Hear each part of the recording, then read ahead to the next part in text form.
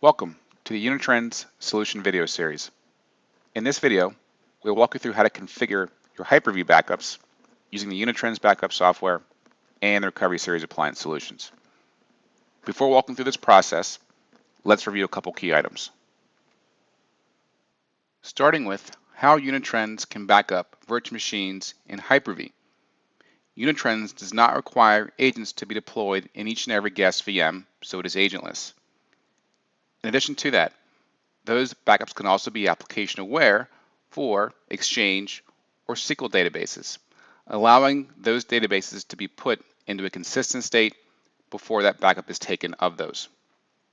However, there are certain situations in which an agent is required.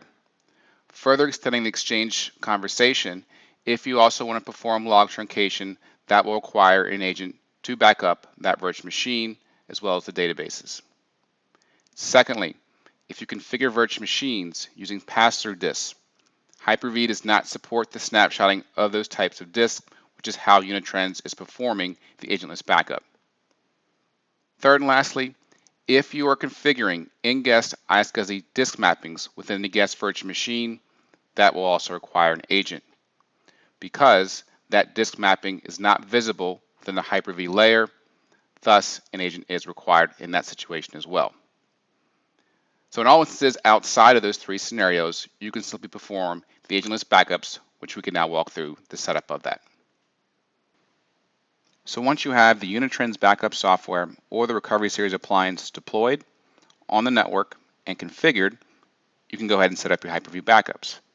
Now, if you haven't already done so though, please make sure you've added your Hyper-V environment in the configure section as outlined in the initial setup video. If those steps are performed, you can start by coming into Jobs, under Create, and select Backup.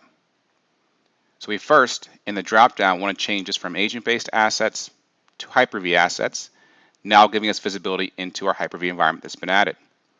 So I drill into our Hyper-V server, I will now have a view of all the virtual machines running on that host. Now this can be a standalone host, which we are running, or it could be a Hyper-V cluster. But at this point, you simply select the virtual machines that you want to include in the backup. Once you've identified those, you want to select Next, and then pick your backup mode, which we'll recommend Incremental Forever to be run for Hyper-V. This will only require a full to run once, incrementals every time thereafter to simply process the changes. Now you certainly can run fulls and incrementals. That was not required, nor is it as efficient as Incremental Forever.